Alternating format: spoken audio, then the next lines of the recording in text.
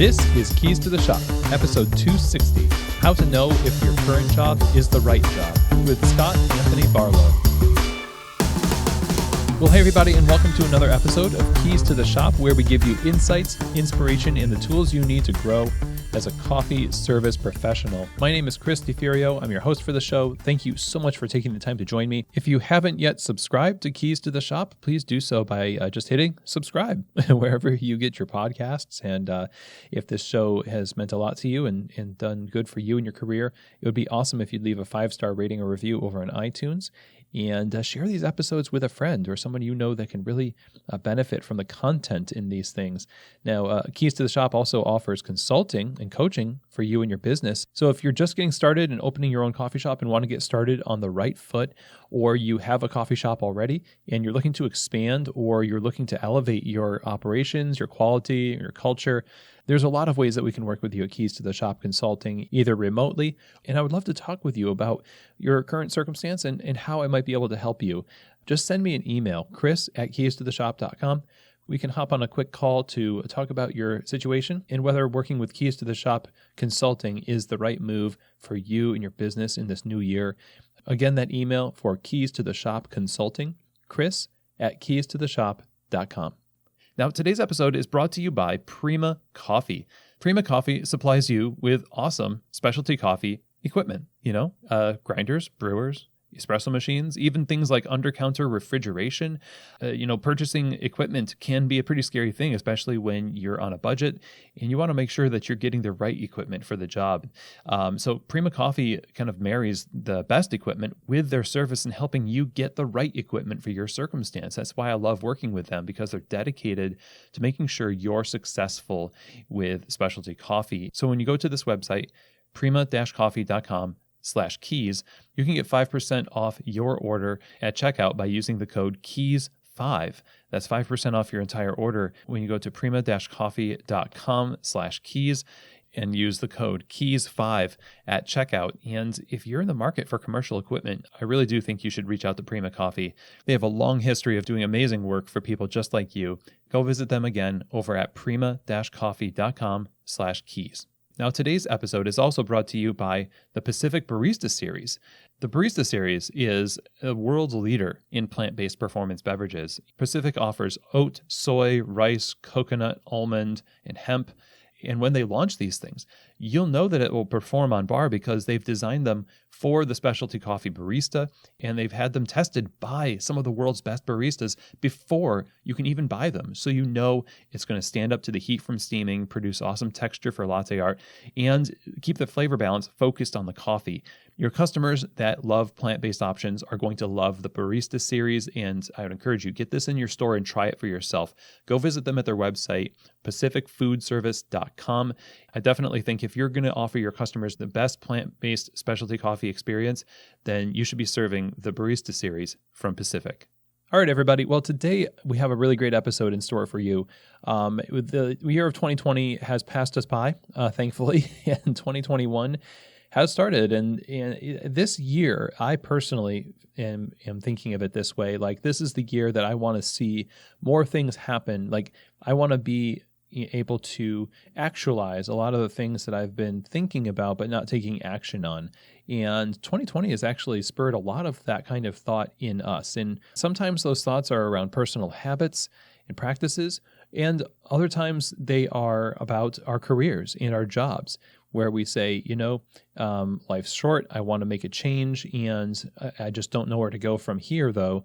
Maybe you're a barista, a manager, or a trainer. Maybe you're an owner, and you're questioning, like, what is the next 5 to 10 years going to look like? You're definitely not alone. A lot of folks are having this conversation in their own minds. And today's returning guest, Scott Anthony Barlow of Happen to Your Career, is going to help give us some clarity about making decisions regarding our careers and our jobs, and in particular from the angle of how to find out if this job is actually the right one for you, even though you might be doubting that right now. Now, like I said, Scott Anthony Barlow is a returning guest on the show. He's also the founder and CEO of Happen to Your Career. He's been featured on CNBC, Yahoo, CareerBuilder, Fast Company, and Huffington Post, and various colleges and universities as a top expert in career happiness, which we all need a lot of, He gets really excited about careers, and coffee, perfect for us, and helping people take control over their life and work. And today's conversation with Scott is, like I said, focused on how to find out whether this job is actually right for you, even though maybe you don't think it's the right one. I know in my career, there's been a lot of times where I've had this thought about a particular job, I give it some time, and it actually turned out to be pretty all right. And if we're talking about making moves in a career that's going to impact our lives for years to come, we want to be able to operate from a framework of clear thinking and due diligence. And in today's conversation with Scott, he's going to give us some really great frameworks and questions to ask ourselves that will leave us with clarity about where we currently are in our careers and whether making that change is actually a good idea or not. So without further ado from me, let's get right to it. Here now is my interview with Scott Anthony Barlow. Well, Scott, welcome back to Keys to the Shop. It's such a pleasure to have you on the show. How are you? I am really, really good. I have coffee in hand and I'm excited to be back. Oh, so appropriate. You have maybe the perfect position in what you do with careers. People wanting to happen to their career in 2020 has probably been happening a lot more. Yeah, I would say so. It's been really interesting because I get people throwing unemployment statistics at me constantly. And what's really, really interesting is, although I do not want to underscore the impact of COVID and everything that has come along with it as a ripple through the economy, what's been really interesting to me is there is a whole huge segment of the population that is benefiting tremendously if they decide to participate in that way. COVID has created some really, really interesting, innovative opportunities for people that want them.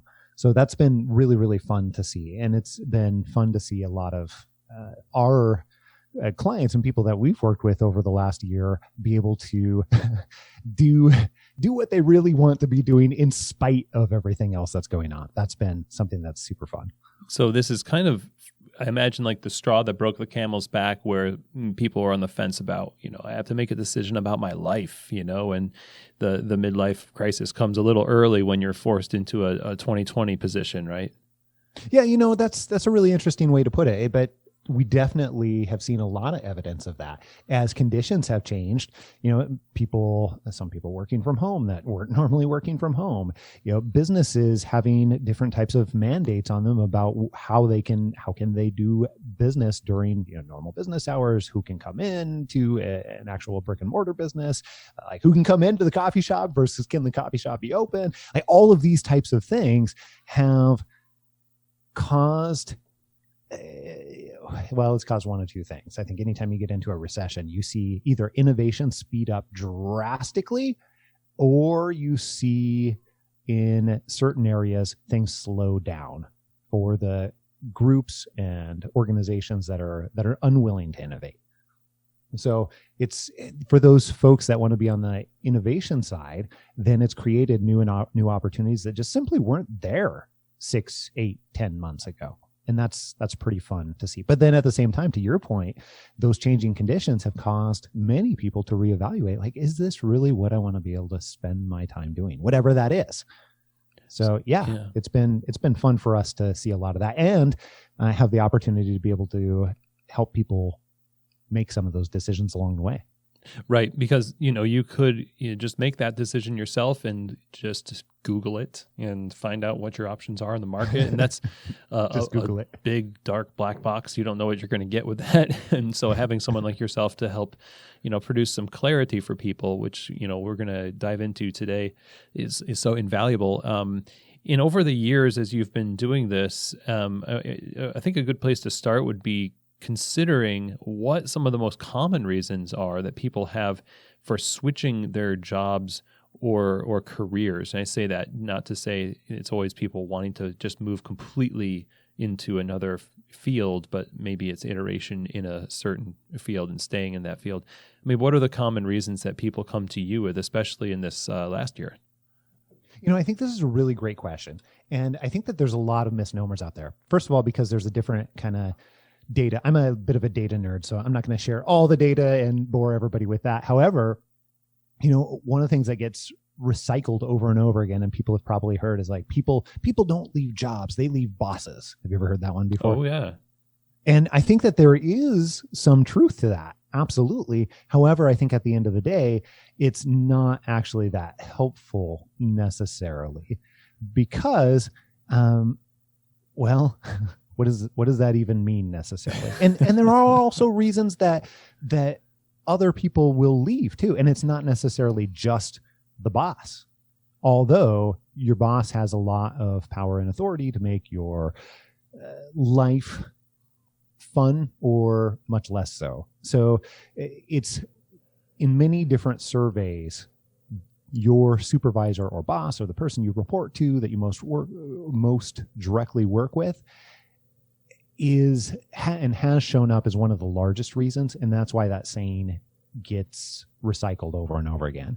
But I think I've actually found it more helpful to think about it this way, really split it into two different categories. People leave because they believe they are missing something that they perceive is important to them.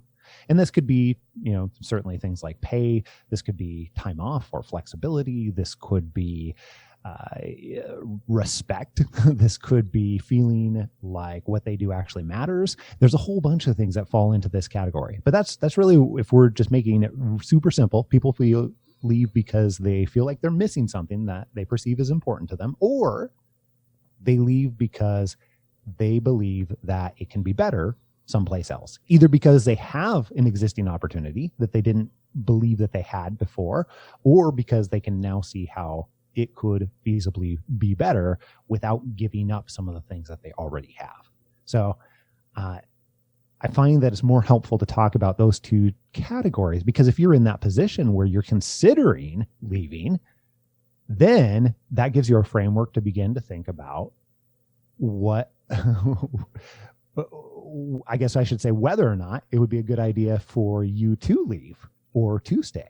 And we can talk more about that later and how that helps to think about it that particular way. But I think those are two easy categories to really think about it. Yeah, I mean, you have to imagine both of those categories are very general, right? Like, I'm missing something and someplace else. It all sounds very wishful, and grass is greener, where you're attracted by the shiny object when you're in a coffee bar and you see how the sausage is made, so to speak, and you are disillusioned by it, and then you see the surface presentation of another coffee bar, and you're like, oh gosh, everybody looks like they're so professional and it's shiny, and I'm going to go work for them, and then the same thing kind of repeats itself over and over again.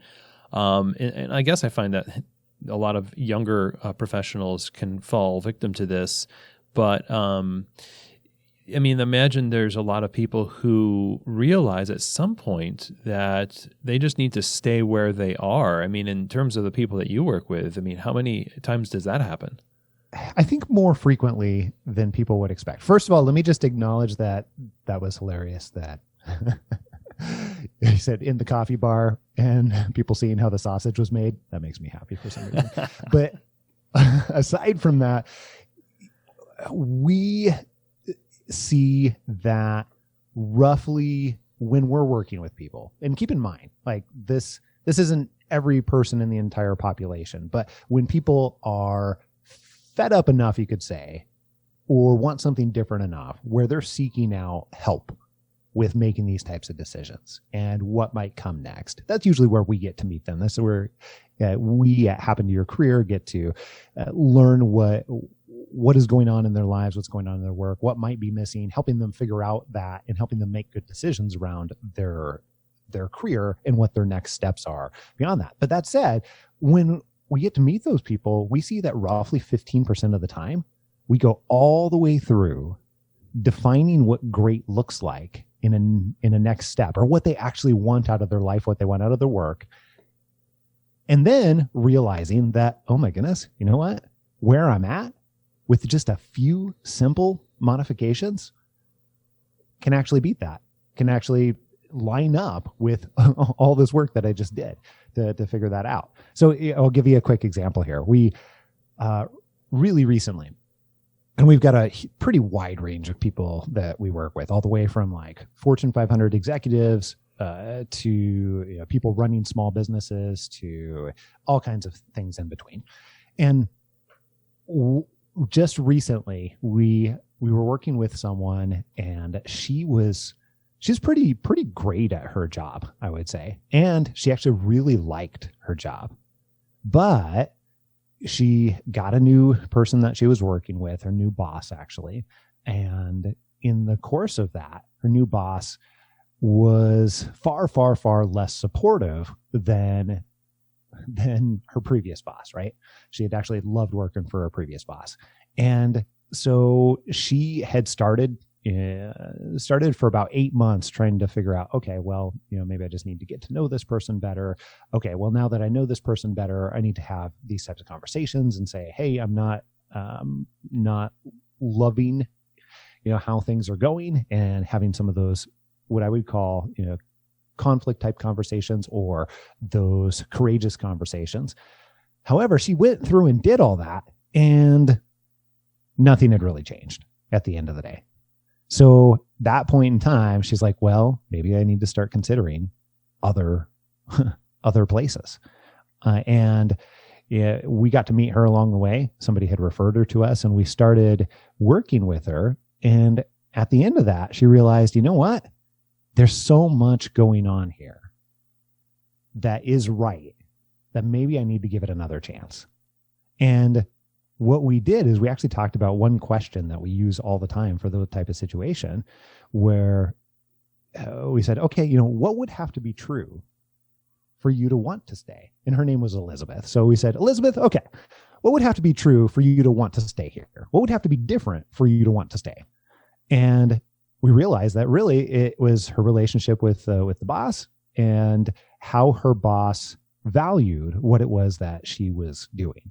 Everything else was great. She had a great team that she worked with. Her coworkers were amazing. The work she was doing was super fun for her. All the other things lined up really well. She had a great amount of flexibility. She was paid pretty well. Yeah, all those other things lined up. I said, okay, all right, well, what would it take to be able to change that? And we started delving into what it would take, and realized at that point in time that what it was going to take to be able to change that person's behaviors and relationship was more than what Elizabeth was willing to be able to do. So at that point in time, it made a lot of sense for her to go, even though there were so many other pieces that lined up. But it could have been just different on the other end. We've had many other people that we worked with where we said, okay, you know what? Here's what it would take to make this a good situation. Here's what it would need to be true for you to stay. And then found out, you know what? Actually, these are all things that we can impact pretty easily. Okay. It might make a ton of sense to stay. That's very interesting. And it really puts the person in the driver's seat, where, imagine people generally feel pretty powerless when they're in these positions. Yeah, I think that's really true, because anytime you get to this point where you're questioning whether or not you should stay or go, there's usually a lot of emotion involved with it. That's a reality. Something or many somethings have happened along the way that have caused it to become an emotional situation. And a lot of times when you've got one or many emotional situations stacked on top of each other, it becomes really, really difficult to see what is great for you and what is not great for you, and whether or not you have any ability whatsoever to change that. And most of us as human beings will default to, wow, I'm just overwhelmed. Like, there's no way I can impact that. And what you're saying is that you can impact that. There, you have some power to be able to create. I mean, obviously, Happen to your career is starts with you and moves outward. So, and I imagine it would have been on two different fronts. I'm glad that Elizabeth, in this story you told, realized that the amount of energy it would have taken to overcome these obstacles is too great, which was a fine assessment. But in the flip side, Somebody could make a decision to leave a place, but not even realize it would have been just a small amount of energy, and they're leaving behind a lot of good stuff. And I was just telling my wife the other day, because we tend to focus on negatives, that negativity bias that humans have. And it's hard to think about things you're thankful for and things that are positive. I started a positivity journal like 4 days ago because I was so tired of my own brain stacking up the negative stuff. And what I get from what you're saying is, like, if you're not taking a full audit and assessment of the positives and letting the weight of the goodness of those things sit with you, you might flush those things down the drain in the pursuit of something that, might not ever really be perfect. That is very, very true. So that gets into a little bit of the grass is greener on the other side. And the other side of it, though, is, and maybe even the most important side of it, is that until you understand what it is that you want and what you need and what's important to you, it's really difficult to make those decisions. It's just going to be clouded by the fact that, my boss just came to me and asked me for the umpteenth thing, only if I've already done it 7 times over and given it to my boss. And, they haven't realized that I've actually done it. And now I'm feeling like they just don't really care or take the time to check whatsoever. And the fact that that's happened, 7 times over the last 7 days is going to cloud maybe all the other things that are lining up, or maybe more importantly, the things that I can actually do to impact that situation. Because I don't know, that's actually happened to me. That's the real life thing that has happened to me. And at the end of that 7 days, I was not a happy camper. It was difficult for me to see anything that was good. I had probably needed to start a happiness journal at that point in time, right? Yeah, it is. And I'll tell you, it's embarrassingly hard. Because I'm very good at, coming up with a lot of the negative stuff. And when you're staring at a blank page going like, let's see, what's good? What am I thankful for? You're having a hard time. Here? Oh, yeah. Gosh, that muscle is so atrophied. So as we're talking about the necessity of like taking inventory of these things, let's get into that a little bit. Like, practically speaking, how do we talk to ourselves about this? Like, what are some questions that we can ask ourselves that will allow us to gain clarity to take the next step in a way that is actually the right step and not just a rash or emotional next step? Yeah, and that's such a great question. I think that is the question in many different ways, because it's easy for us to sit here and talk about it, right? And say, oh yeah, all you got to do is you got to just like figure out what you need, right? And then like everything will just be easier. And it's a whole complete other thing to actually do that and get good clarity, good identification on what matters to you.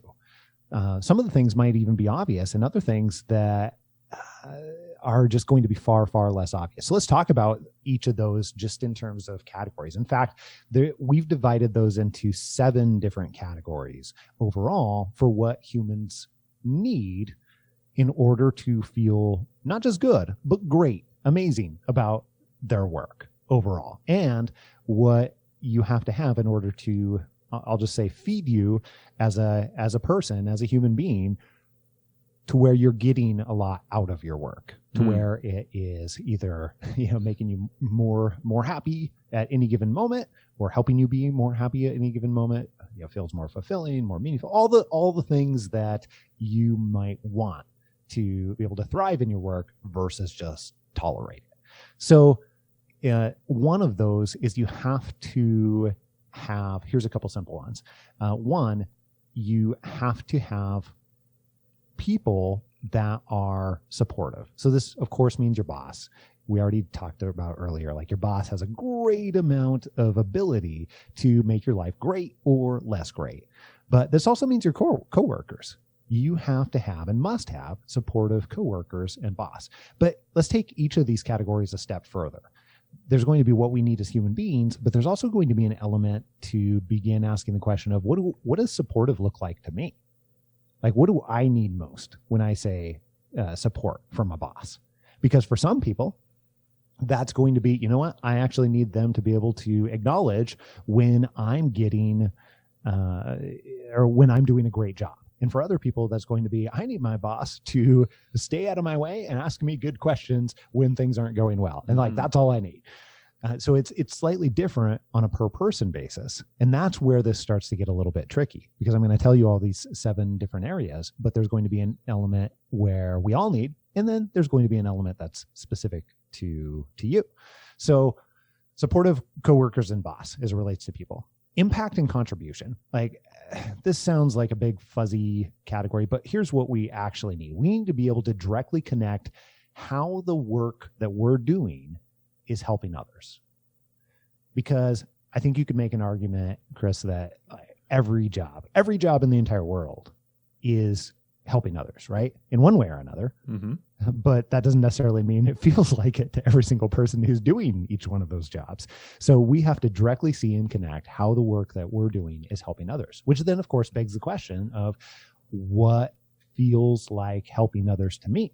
Is it certain types of tasks that I feel that? Is it about a cause in particular that I believe in? Is it about helping others in a certain way? Like, is that one-to-one? Is that one to group? Is that at the community level? Is that states, nations? There's lots of different ways that you can help others, and beginning to ask that question of, hey, what does it look like where it's right for me? What do I need out of that? You have to get a little bit selfish with it, which sounds crazy. I know as soon as I say selfish, people feel a negative connotation towards that. But you almost do have to be just a little bit selfish out of it so that you can get what you need, so you can do a better job in your work, in your career.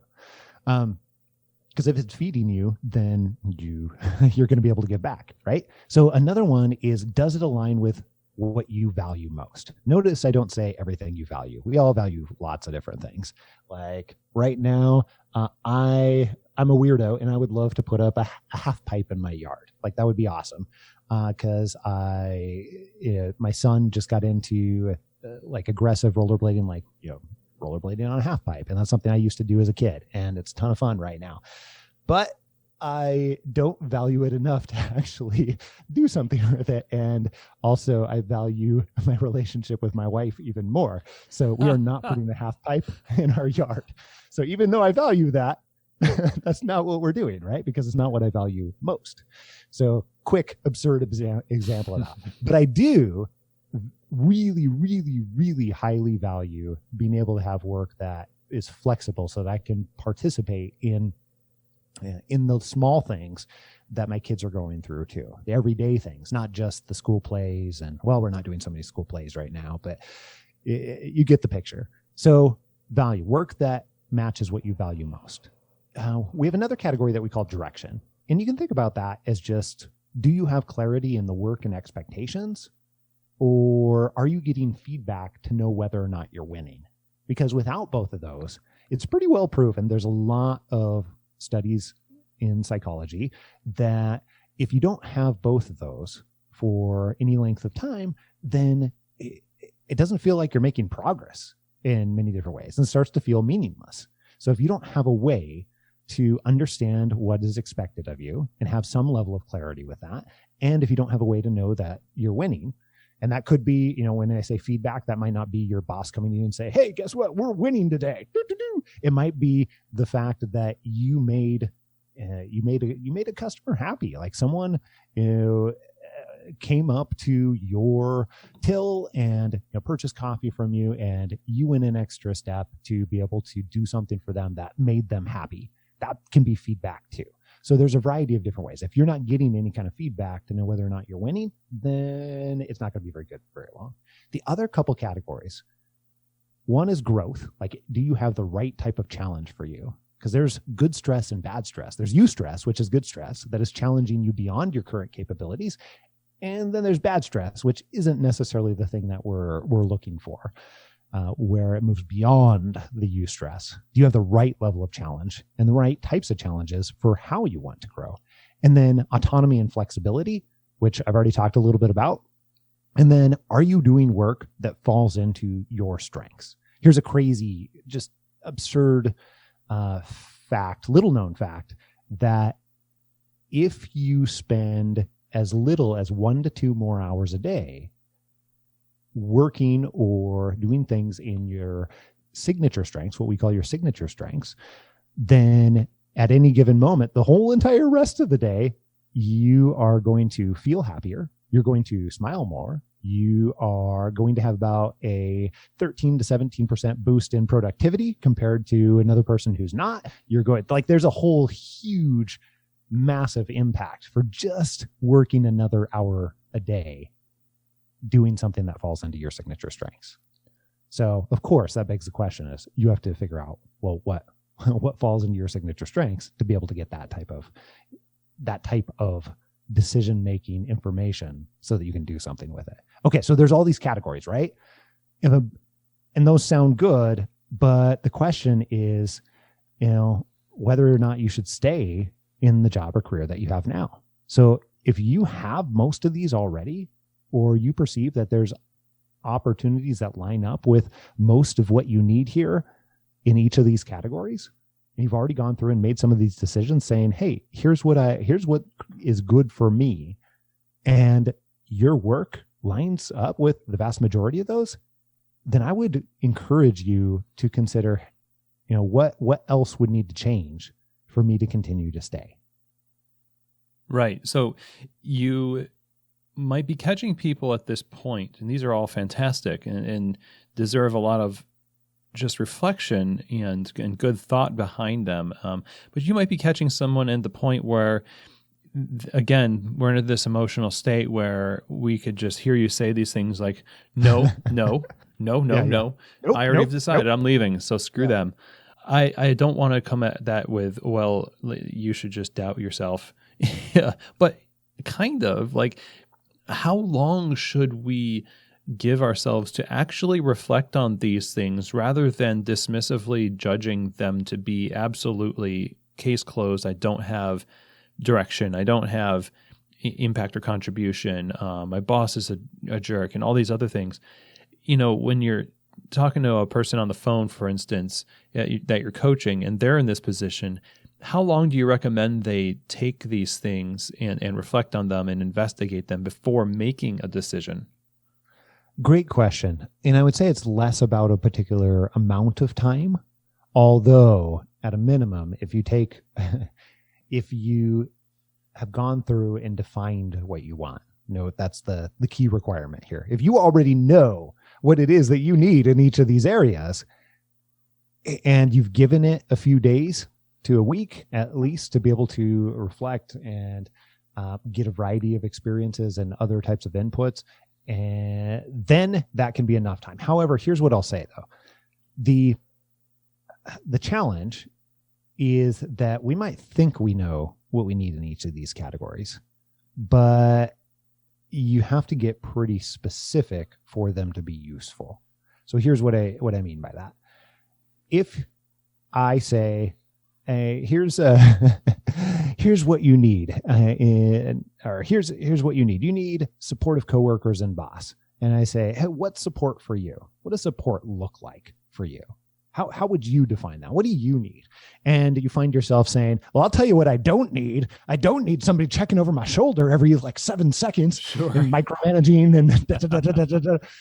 The second you find yourself moving into, I know what I don't need, or what I don't need is, or here's what I don't want, then that is a red flag sign that you probably need to dig a little deeper. It's much easier to be able to point out. Same way, and this is actually the reason why many of us have that bias towards being able to look at the negative. It's much easier to be able to point at something that is in existence already and say, that is there. I can see that. It's right in front of me. I don't want that. That whole, you were talking about, accidentally being negative earlier, right? And it's easy for me to say that my boss just, checked up on me for the 47th time today over the TPS report. And I am tired. Like, why are we even doing TPS reports? This is ridiculous. I'll tell you what I don't want. I don't want somebody. And that part is easy. It's much more difficult to say, you know what, I need somebody who is going to be able to have a conversation with me once a week and be able to share what I'm doing great and what I'm doing less great at, and give me some ideas for how to do it differently in the future. That's what great support looks like to me. That's totally different. And being able to define that. So if you find yourself struggling, the same way you might be struggling, just like we talked about, it's much harder to be able to say, hey, here's what is going well. Here's what I'm thankful for. Here's what I'm actually happy about. Here's what is going positive. It's much more difficult to do those things. And if you find yourself in that situation, then that's a clue that you need to dig deeper and give yourself more time. Or, take a partner in one way or another, like a friend, a mentor, somebody who can help you reason through some of these different categories that we mentioned and be able to really define what it is that you actually need. Now, here's the crazy thing. This is the secret that we don't really share on our podcast, the Happen to Your Career podcast, that often, but it's kind of like the secret sauce is once you know what you actually want, it's so much easier to get what you want, because you can go and say, hey boss, you know what'd be awesome? It would be awesome if you and I could sit down once a week and be able to just have like a 10-minute conversation so I can get some feedback from you about what I'm doing really well, what I'm not doing as well, and just some ideas for what you'd like to see different. That would help me tremendously. So that gives you a ton of power to be able to then go and ask for what you want. Or let's say that there's a certain thing that you're looking for, that you're working on for growth.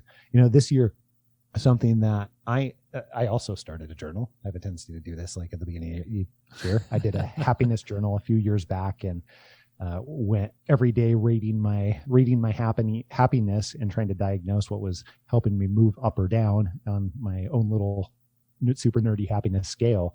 But this year, I realized that one of the things that I want to grow in is being much more kind. One of the reasons I'm really interested in growing, in going out of my way to be kind to others, is because that's how I want to raise my kids. I want to be able to raise kids that are persistent or have grit, that are gracious and practice gratitude and go out of their way to be kind to others. And I realized that as I was having a conversation with my wife, that I probably need some work on that myself. How am I going to be able to lead them to do that?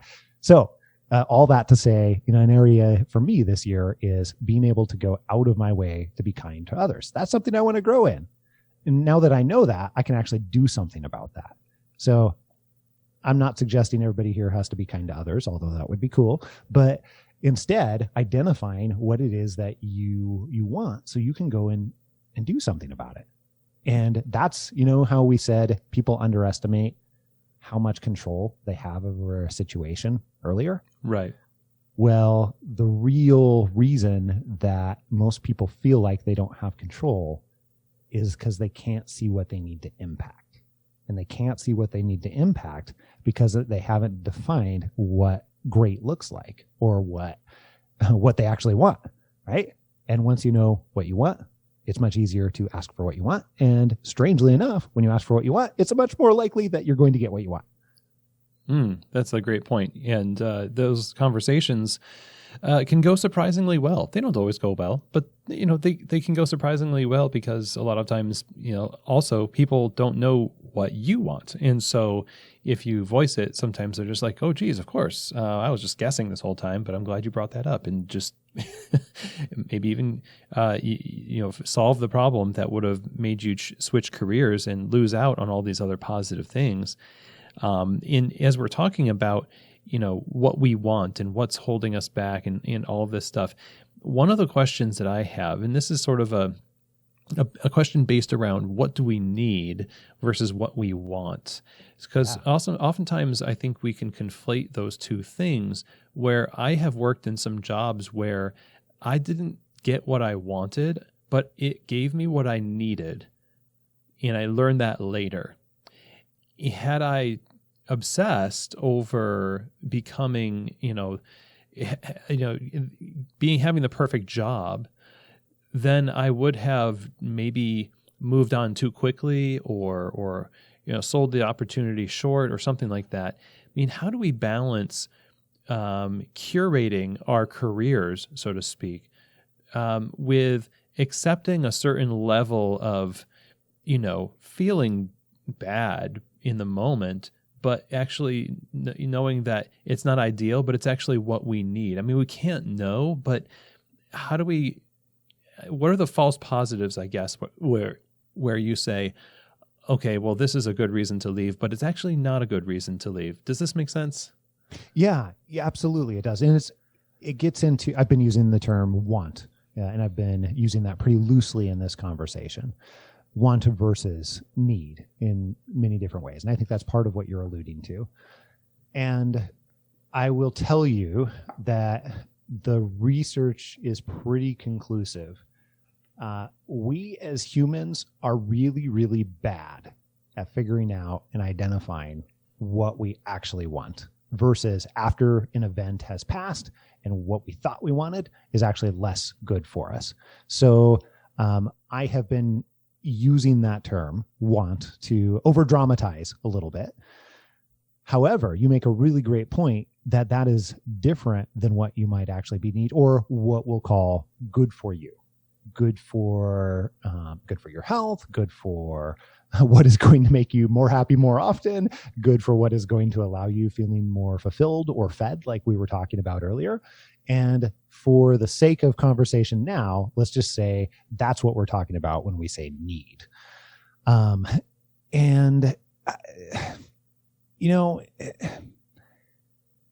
think that some of those false positives are usually around elements that create lots of stress. That's usually where we see it in one way or another. Bad stress. So distress, not eustress, which is the good stress, right? Because you must have stress in order to grow, but we're talking about a different kind of stress. We're talking about a stress that, one, is not absolutely constant, and two, the stress that is actually stretching you versus breaking. So that might be one really simple way to look at it. And then to answer your question more directly, like what are some of the false positives? I think we have to go back to that. Can you actually control or influence whatever situation is not good that's going on? Like if you are experiencing a situation where, the business needs have changed, like lots of business needs have changed during COVID, right? That's just a reality. And what was once really great for you, now that the business needs have changed, is no longer good for you. I went from working, 8-hour days during my best hours possible to completely shifting and then being able to, now I'm working like 12-hour days or something along those lines, right? And if that is the case, first I have to know, what I want to be able to see how much control or influence do I actually have.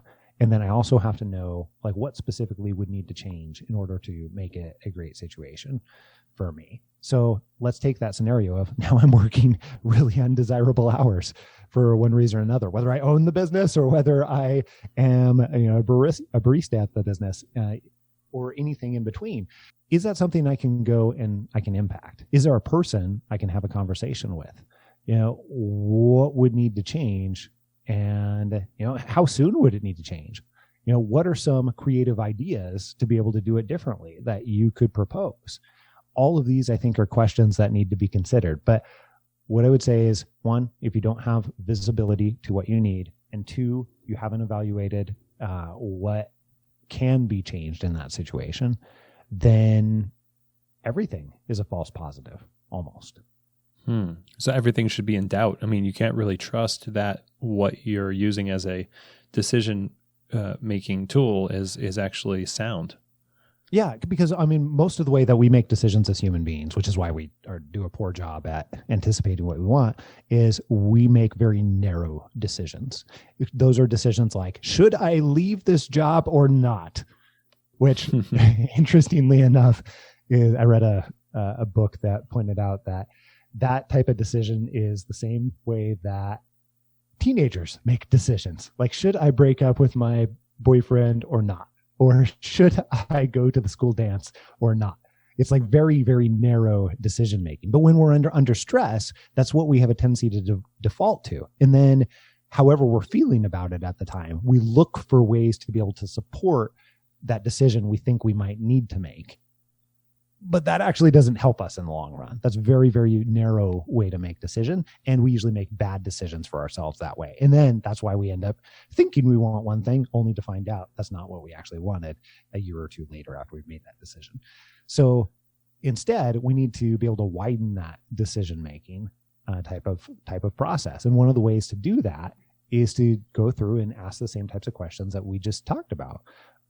What would need to be true here for me to stay? Or what are the reasons I would want to stay? How could I play devil's advocate here? What are all the reasons I would want to stay? Mm-hmm. Like, why would I not want to quit? What are all of those reasons? How can I figure out if those are valid reasons? And just asking that type of question can give you some kind of power or control to begin to see what you can do about it versus just being in the middle of the emotional cloud that goes along with these types of questions.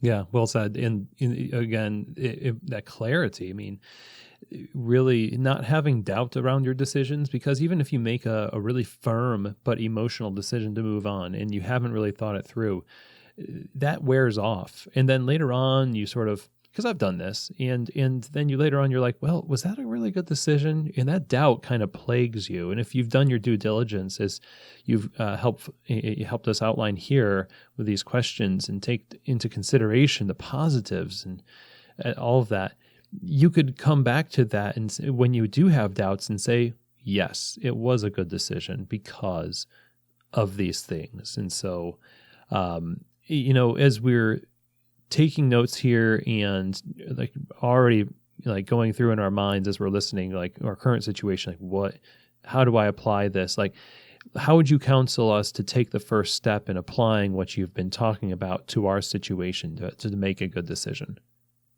Well, I think that there's a couple things that you can do immediately.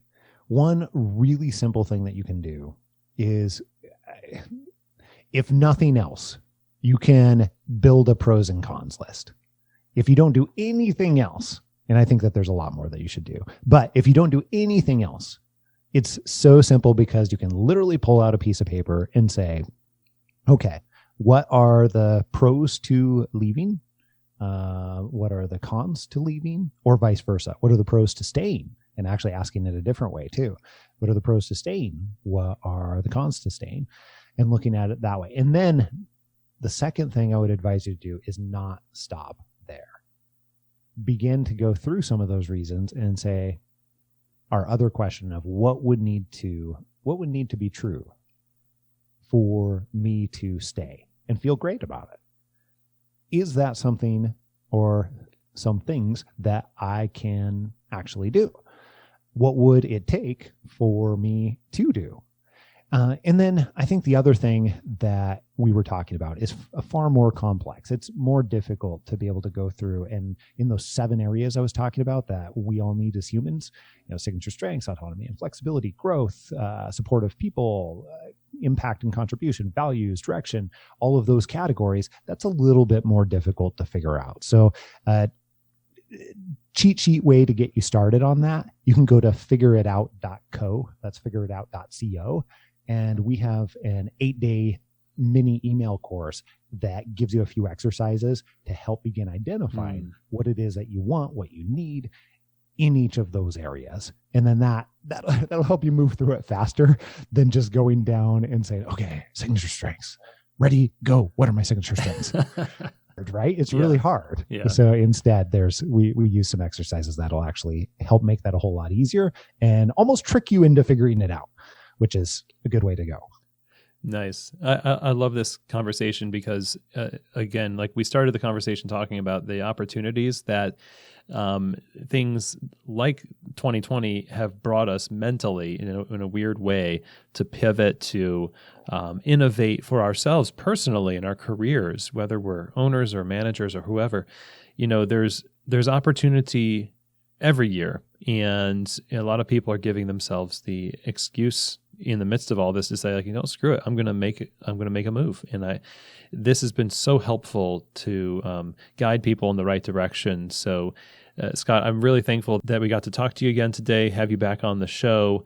You mentioned one place where we can go to take the course, which sounds awesome, but where else can we go to learn more about what you offer people that want to happen to their careers? Yeah. And thank you, by the way. Thanks for having me back on. I have a ton of fun every time you and I get to have a conversation, whether it be for the podcast or just outside of that. And other places that you can go, Happen to Your Career, HAPPEN 2TO, yourcareer.com is our home base. And you can find everything that we do over there, that 8-day mini course, our podcast, which is also by the same name, Happen to Your Career. You can search on any podcast player, and whatever podcast player you're listening to this on, you can just search Happen to Your Career and it'll pop right up and you can subscribe. And those are probably the two best places to get started. Okay, well, I hope you all really enjoyed that. I think that it is very important for us to get clarity on our decisions and to operate with a healthy level of patience and due diligence when it comes to making decisions. And, sometimes maybe because of the coffee, who knows, we can make rash decisions. And I've been around long enough to know that sometimes my decisions in the moment, if given a few days or a week or so, I kind of come back to it and say, maybe I'll give it some more time. And the framework that Scott laid out for us here, the questions that we can ask ourselves and the tips that he's given us, I think are hugely helpful in allowing us to make great decisions. And who knows, where you are right now might actually be the perfect place for you. And so a big thank you to Scott for joining us on the show. Again, always a pleasure to have you on, sir. If you want to find out more information about Scott and his company, you can go to their website, happentoyourcareer.com. I'll have that in the show notes for you. And also, don't forget about that 8-day course that Scott talked about called Figure It Out. That is at happentoyourcareer.com/8day, the number 8, then the word day. And if you have any questions, comments, or feedback from me, you can just send them to chris@keystotheshop.com. And don't forget, that's also where you can email me if you're interested in Keys to the Shop consulting, chris@keystotheshop.com. And with that, we have reached the end of the episode. I really appreciate all of you. Don't forget to subscribe and share these episodes with a friend. And as always, I hope that this episode has truly given you keys to the shop.